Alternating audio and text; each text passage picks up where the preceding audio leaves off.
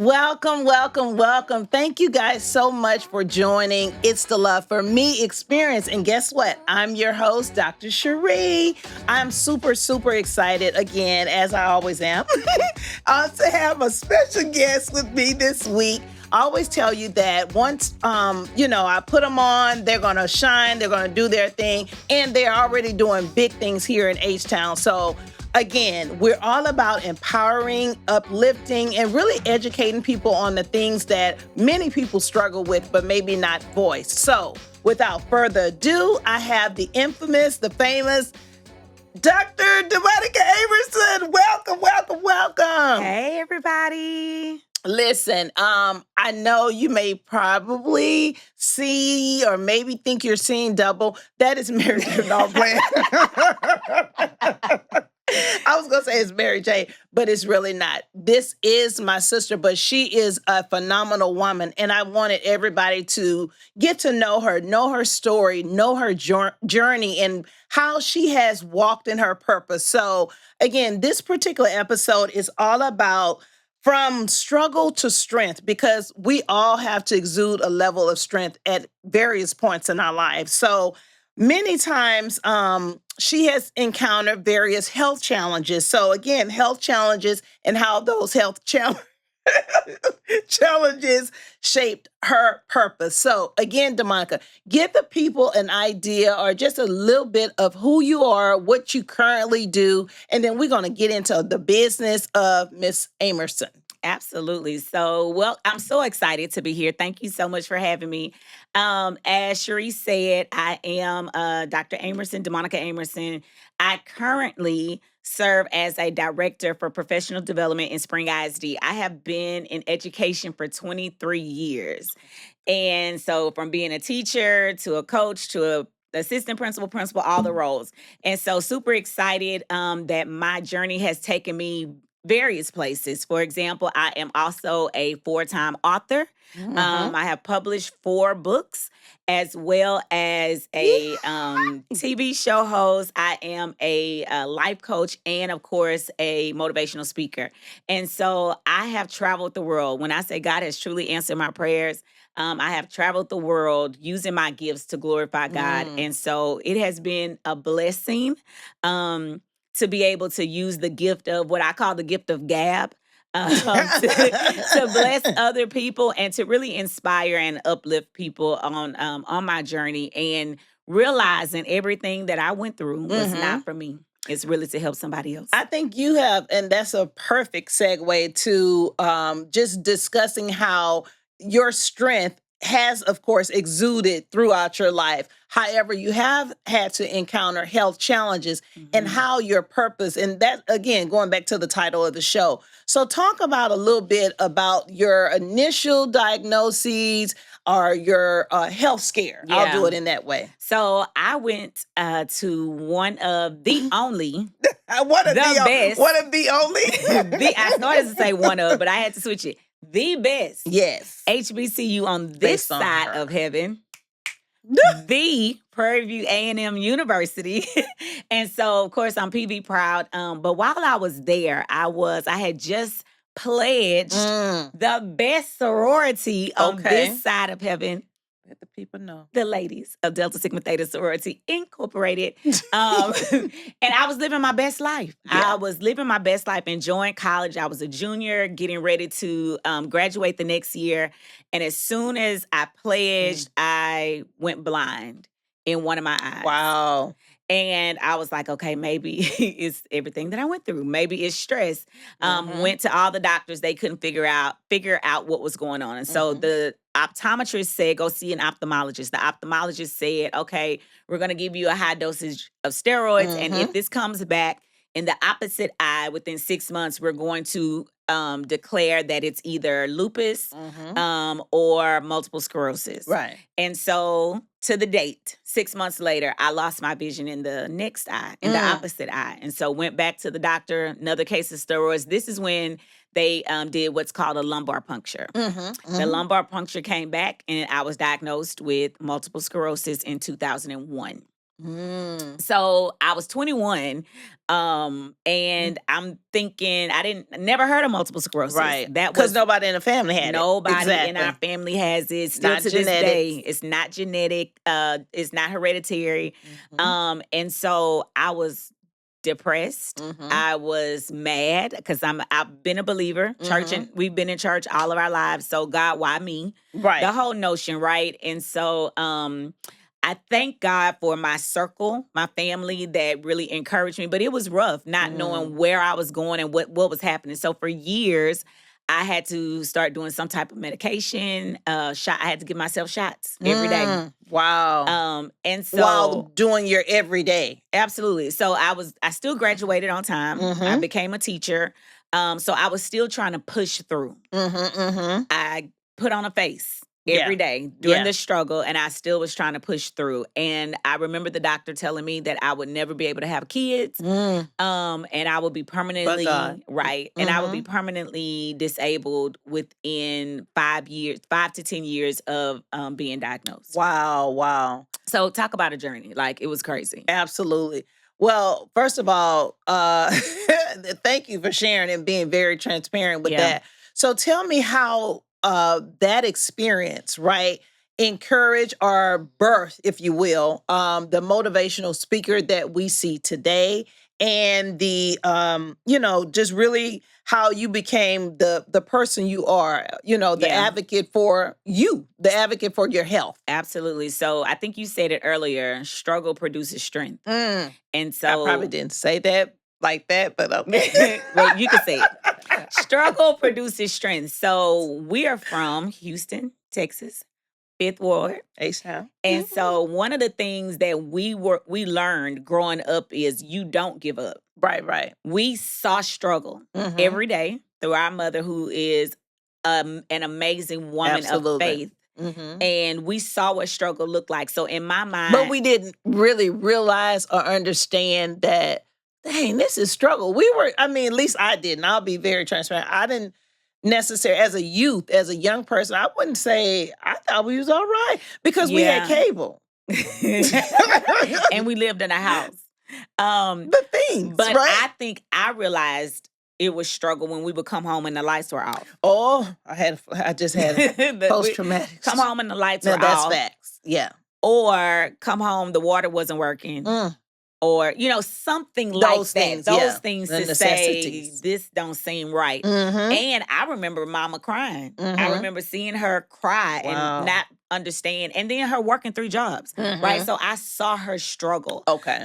So I then knew, again, I had to have a fight in me, and giving up was not an option. Right. And so with that being said, the struggles that I experienced helped me to understand that this life that I'm living and the struggles I'm going through are not about me. I'm going through it to help somebody else who's going to go through it. Right. And so God shared that with me at a very young age, at 17, when I started writing my first book, Left But Not Alone, which is a novel, and it is a storyline with a lot of the things that I experienced as a child, a lot of the things that I went through even after the diagnosis. And then I got married, right? Right. And I got married, and it was super traumatic, like super traumatic, from domestic violence to, mental, emotional abuse. Exactly. On top of having just been diagnosed with multiple sclerosis, right? That. Yeah. And so everybody, if you know anything about MS, stress brings on, the pain, the exacerbations, the flare-ups.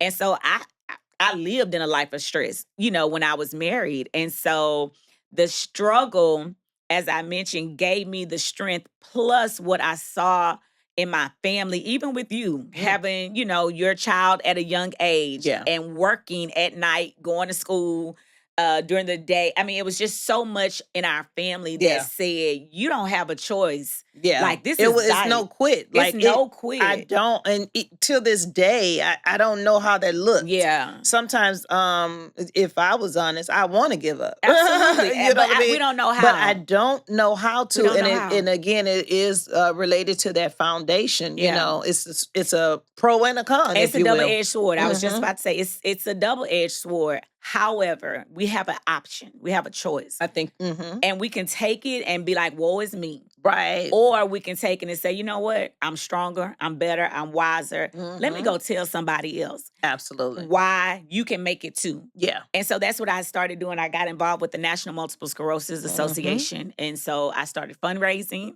I started being an advocate and doing walks. And your daughter sang, Sierra sang at one of the walks. Yeah. But I started using my struggle to help somebody else. Yes. And so when people see me now, you would never know. Never know. You would never know. Which is why one of the reasons I wanted to come, again, for me, one of the sayings that I have is what you see, you can be. I want people to see that, this is strength, but I've also I've also been broken. Absolutely. But I've been put back together again. So that to me is a story not only of resilience, but of a person that's fighting, to walk in their purpose. You hit on something in regards to, not only the things that you're doing, but how the importance or emphasize the importance of mental health in dealing with these physical challenges, such as the debilitation of the initial diagnosis of multiple sclerosis, right? So how did that play on you mentally, and how did you overcome that? So in 2001, mental health wasn't a big topic. Exactly. Wasn't a buzz. It wasn't a buzz, right? People were dealing with stuff, but they weren't quietly. Yeah, it was under the cover, behind closed doors or what have you. So I didn't call it I wasn't going through mental health. What we called it was, this is stressing me out. Yeah. Like this is stressing me out. What they call it now, the kids say they spaz out. It's another word they use. Something they not wild out, but something crazy. It's they a fly spaz. word. I think it's spaz, something like that. Nevertheless, I didn't have that. I knew I had to finish college. Number one, because my mama had sent me to college, so I knew I had to finish college. Additionally, I wanted to be the voice, and I wanted people to see that if I can, you can. Like there was nothing like special about me. However, God chose me, and I used to always ask my pastor, John Anderson Murray III of the Refreshing Church. It's the plugs for me. Right. I asked him, I was like, I don't understand why I have this disease, why I keep having to deal with this. And we'll talk about disease number 2 after that soon, but why me? Exactly. And he said, DeMonica, God gives his hardest test to his best students. And I didn't understand that, and I didn't want to accept it, right? Because I'm like, I'm like, I know a lot of people like that can have that this. should have it, absolutely. That can have it, that should have it. But I kept going. I didn't stop, and I wanted to defy the odds. I wanted to show people that if you trust God like I do, right? If you say you believe in God like I do, and if you really follow Him and try to do your best to live for Him, He'll open these doors. And that's what my life has been. A wide open door. What you see is what you get. Like, hey, if I've gone through it, I'm super transparent, and I'm a voice for God. Like, I'm gonna tell you, I went through it. It hurt. I went through a divorce. It was the worst thing in my life. However, it was the best thing in my life. I, been in hospitals, didn't think I was gonna make it. Go back to that last point. It was the worst thing and the best thing. Elaborate on that, because we're still in the vein of mental health or mental or health awareness, right? Yeah. So how was that the best and the worst? Talk about that. The worst because I was so hurt. So the pain that I had to endure because I loved this man. Right. I love this man, and I just knew we had a beautiful wedding this time. I mean, I just knew everything was going to be perfect. And I was accepting less. I accepted the domestic violence. I accepted the emotional abuse. I accepted the mental abuse. I accepted that for the sake of saving face. Gotcha. But when I realized and released the notion of, I don't have to take this. Right. I don't have to accept this. And I accepted it because, okay, I got this disease. Don't nobody want me. I can't have a baby. Right. All of these things and so I finally was freed from that thought. But I said it's the best thing because it gave me the strength to not let none of that ever happen again. That's right. Okay. Not let any of that. Yes. So my bounce back is ridiculous. Like, you're not gonna come to me, at me with that because I've been there, done that. Right. So my job now is to help other young girls realize who they are and their value and their worth. So you don't have to let somebody tell you something. You got to tell yourself, speak That's life right. into yourself. Speak to yourself. Absolutely. You mentioned earlier about the family dynamics, but share a little bit also of people that have inspired you along this journey to the person that you are today, dealing with all the things that you've had to deal with. And if the truth be told, current things, right? Because being a human being, we encounter things every day. I call you every day. Look, as a human being, right? or as your therapist, as my unpaid therapist. Unpaid therapist. That is exactly I who call I am. every day, and I start with, I love everybody. I love everybody, but I've been inspired by so many people. So I thank God we have a very close family. So my mother, of course, I mentioned her that her strength is ridiculous. Like the strength my mother has and her bounce back, who she's the newest author in our family, right? Like so it's things that I know that I've seen my mother go through and experience and how she's a giver. So we naturally are givers because we saw our mother. So my mother, my sister, having a daughter at a young age and still, that's my sex saying, and still pursuing her passion and didn't let my brother, I followed in my brother's footsteps. In education. So he went to college, I went to college. He became a teacher, I became a teacher. He was the principal, I was the principal. So then God has placed on my path different people in different phases and seasons of my life. So depending on where I was, and this is just kind of how God and I function, wherever I am, there may be a person, like when I was going through the divorce, there was one guy that I met, Nathan. Oh, okay, yeah. There was one guy that I met out the blue. I went to a party, met Nathan. The whole time I was going through my divorce, he was the buffer. So he took me out of my life. Right around the time Katrina had happened, we were hanging out, experiencing, and he took me out of my life and gave me joy. And the moment my divorce was final, he disappeared. So on my journey, there have been people to buffer specific needs, specific time points in your life, season. So all of that has inspired me and kept me focused and kept me looking forward and not staying. I've been depressed. I've been anxious. I've been all the things. Right. But in my mind, it's a choice to stay there. That's right. That's right. I just choose to fight and not stay in those places. Even at this age and in this day and time, do I still have those thoughts and moments and experiences? Absolutely. You're a human being. Yeah, it's part of humanity. Even as a believer, we've spoken on this platform just about the walk of faith and that impact. That doesn't eliminate the humanity of a person. And I always tell people at any chance I get, I am so in awe every time I hear the story, every time I read the scripture of Jesus in the Garden of Gethsemane when he wrestled with, dying on the cross. So because of that, that gives me comfort to know even Jesus went through moments of, Lord, if not, depression. If it don't have to be like that. So I think that's just a part of humanity. Absolutely. What would be some practical tips that you would encourage, those that are listening, those that are here, that will hear your story, your journey? What would be practical sort of mindfulness or tips that meditation or whatever, those sort of things? What would you encourage people to do that find themselves, having to push through in a dark place, wrestling with health challenges, or just everyday? Yeah.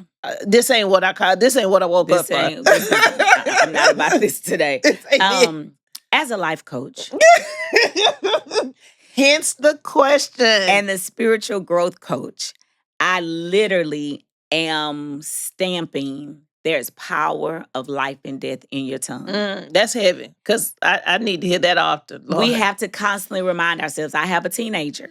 And I have to constantly remind her, you will eat the fruit of whatever you say.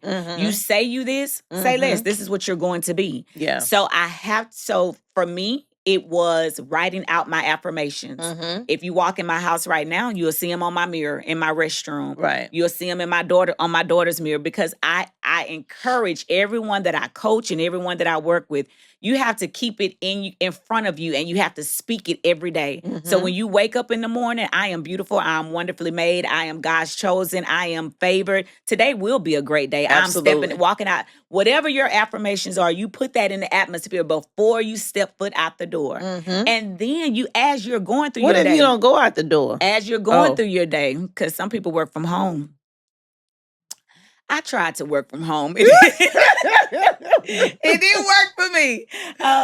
But as you're going throughout your day, something is going to happen. Something's Mhm. going to come That's a across fact. your day, and you have to have your go-to scriptures if Right. you're a believer. Mhm. What are your go-to scriptures? Mine's Right. Romans 8:28, Isaiah 54:17, Yeah. like Mark 11:24. Like, I have set scriptures, everybody, Jeremiah 29:11. Yeah. So I recite these on a regular basis because my mind plays tricks on Yeah, me. you're human. You're human. Absolutely. And the devil is he busy, you know. But you don't have to allow it. Like, we have more power than we know. Right. And Until we so practice. absolutely. So those tips that I would say is get you 2, 3, 4 good scriptures. 2, 3, 4. Yes, 5.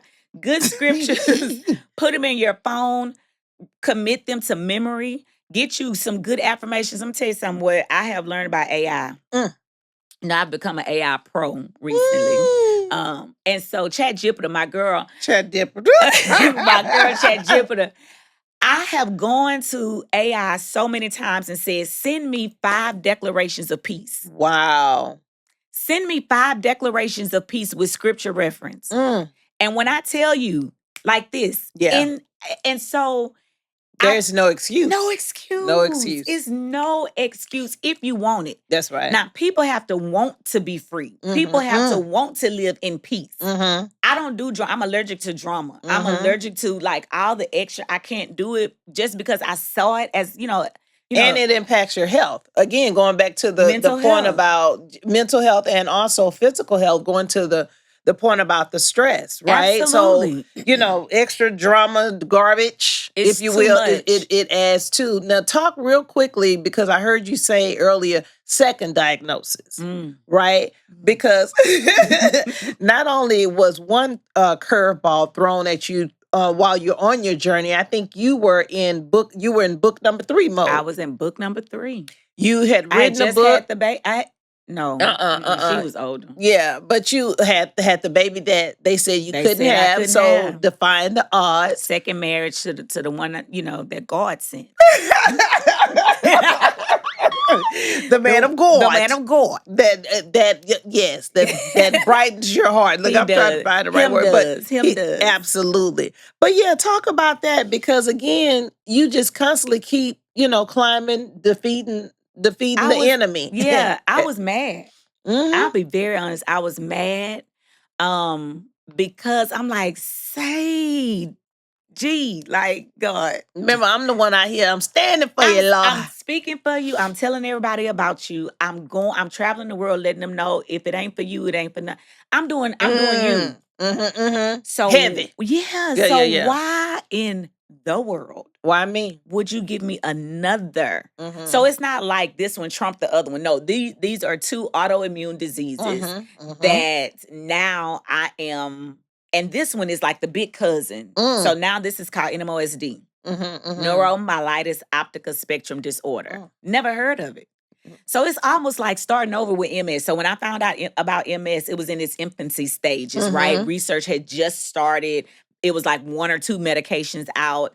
Same thing now. Fast forward 18 years later. So I was diagnosed in 2019 with NMO.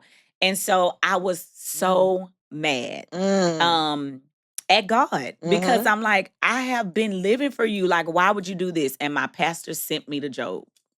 Yeah, that's a good reference. He sent me to Job. And I was like, oh, okay, I'm sorry.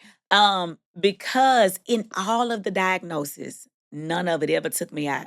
Exactly. In all the diagnosis, none of it ever slowed me down to the point to where I couldn't continue for him. To the point to where I am walking a half marathon.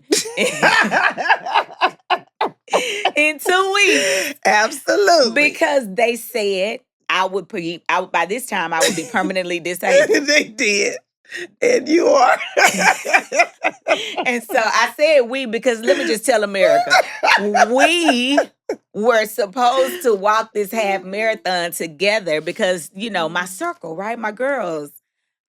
It started with 5. How many is left? 2. Y'all Me. hold it down. Y'all better hold it down. But I'm doing it because I want America to know I accepted the diagnosis. I didn't accept the death penalty that came with it. Okay. I didn't accept it. That's so fair. I'm walking a half marathon, 13.1 miles in 2 weeks.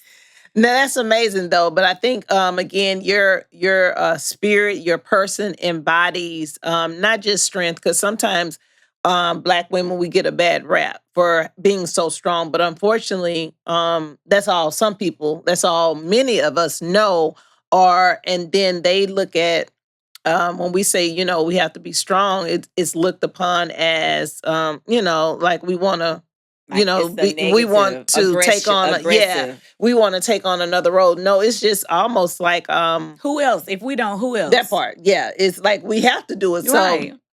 So those sort of things. But I think you embody strength, you embody class, you embody everything that okay, I'm done.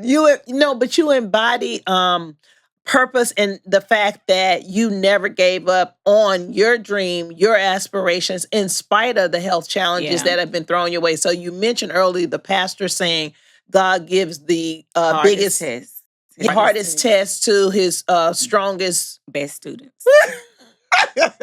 It's okay.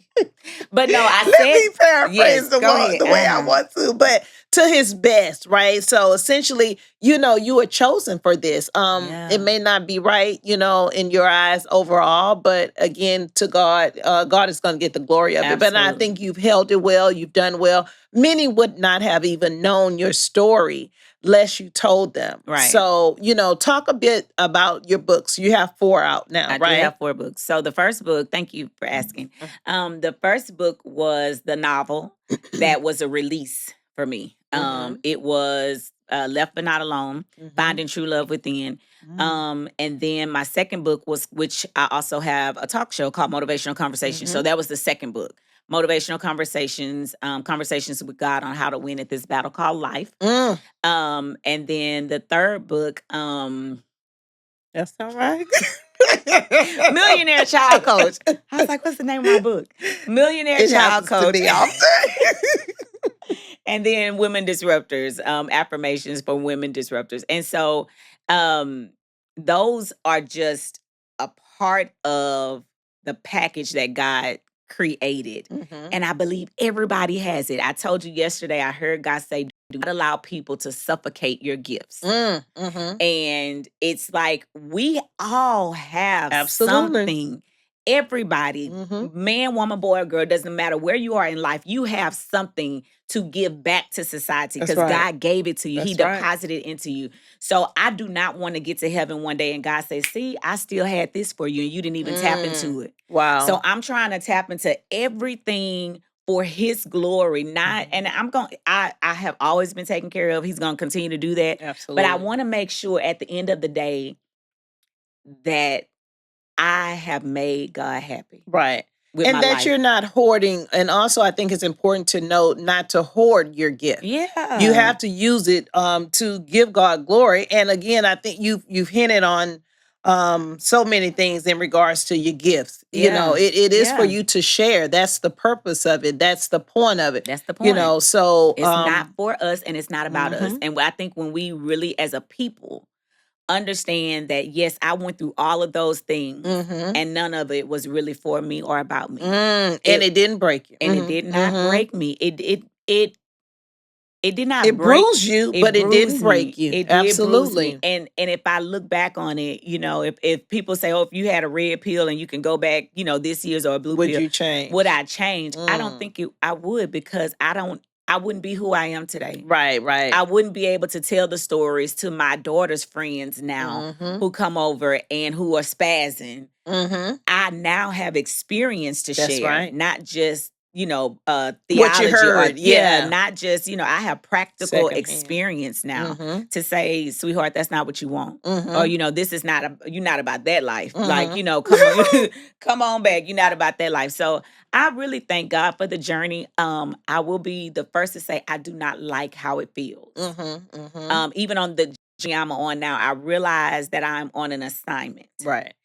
I don't like how it feels. I don't like the waiting. I don't like the uncertainty. That part. I don't like those things, but I do know God's track record. And his track record says, if I brought you here before, I can bring you here again and bring you out. Right. If I did it before, I can do it again. And my mindset is he's an undefeated God. Right. So if he's undefeated and he's he's that kind of God, and I've seen him do it in my life before, I have no other choice but to trust. To rely on what you know. Yeah, you got to go back. Choice. In everything, health, mental health, diagnoses. I'm still trying to figure out certain things with the diagnoses.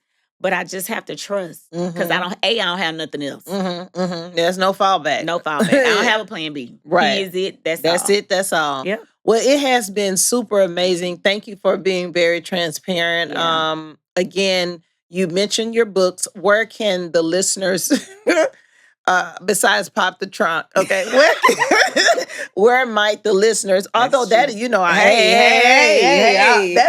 put that option. Hey, all day, every day. Every day, wherever I am, they are. But are they still able to access it on various platforms? Yes, my website, www.DeMonicaAmerson.com. All of my books are there for purchase, cheaper than going to Amazon or any of that. Absolutely. We ship within 24 hours. Also, I'm a spiritual growth coach. So a lot of my clients that I have coached or work with is because it's not that they don't know God. It's that sometimes you're in that space where you are unsure and you're lost. Impasse. Yeah. And so God has, and you don't want to go to church and you don't want to talk to a pastor because what you see, you don't believe. But if somebody could just talk to you about where you are and help you get through it and give you strategies and tips and things, that's what God has equipped and blessed me to do. Awesome. So as a spiritual growth coach, DeMonicaAmerson.com, all of that is there. And of course, can you spell it? Because that was real fast. DeMonica. Real fast. We'll put the link on the episode, so that click here. Oh yeah, that's smart. So all of those products are there, and then of course speaking. So I'll be speaking in Prairie View next month. This month I'll be speaking at 2 churches in Dallas. So still have the opportunity to go out and spread the word about life and living it abundantly, not allowing life to take you down. That's right. But living life and living it to the fullest. Every day is a choice. And walking in your purpose. Because, clearly it's the love for you that makes you do all these things. It's the love. It has to be. It's the love for me. It's the love for me. But, a lot of people, I think just, as we segue out, a lot of people don't love themselves. Yeah, I think, again, my book, Pursuit of Purpose, 11 Keys to Rise Like a Phoenix and Soar, it talks about that. You mentioned practicality. The book is a practical reference to going back to the basics, right? Absolutely. Like honing in on the things that you are good at. Highlight those things, emphasizing, inserting the no, because a lot of times people lose sight of that word no. That is a response, and many people won't like it, but it's necessary. I always tell people that. Yeah. But again, I just think you're not liking yourself. You have to go back to the basics and peel back them layers of how did you get there? Because again, it wasn't like an overnight thing. Absolutely. It wasn't something that just happened randomly. And you it was don't a have process. to stay there. Like you do not have to stay. Yeah. Get some help. I am an advocate of a therapist. I have a therapist. My daughter has a therapist. Like we are advocates of getting that mental health having support. that outlet. We all need it. Yeah. Every coach needs a coach. Every coach needs a coach. Absolutely. And I have a coach and a therapist. Yes. So it's necessary for this journey. God gave them the gifts to be able to support and help me. So I definitely think it's definitely necessary. But I'm super excited about all that's coming. for It's the Love for Me, the conference that's coming up, all the great Yes, things that you're doing. yes. So You thank you, you want to be sister. my marketer. But look, look, and last but not least, let the people know where they may find you, follow you, and all the wonderful things that you're doing. Not just here in Houston, just abroad, right? Let them Yep, know how they can tap in with you. absolutely. Dr. So Amerson. follow me on all social media outlets at Dr. DeMonica Amerson, all social media outlets. I am an open book, so I put a lot of everything that I do, all where I'm going, even my family singing church songs. I put online, so just stay connected. Yeah. So that again, my life can be a blessing to your life. Wonderful. Thank you. Thank you. Thank you. I'm Thank so happy you were able to you. come and sit down and just share your story, share your Absolutely. journey. I pray that it blesses someone. I know that it will. Again, I look forward to every week or every few weeks coming and sharing amazing people on my platform that are doing amazing things, but more importantly, they're walking in their purpose. So, because of that, I encourage you guys to stay tuned, hit that notification button, and just stay tapped in with me. But most importantly, like, share, and subscribe. Again, big ups to my guests. Thank you. We'll catch you guys next time. Have a good one. Thank you.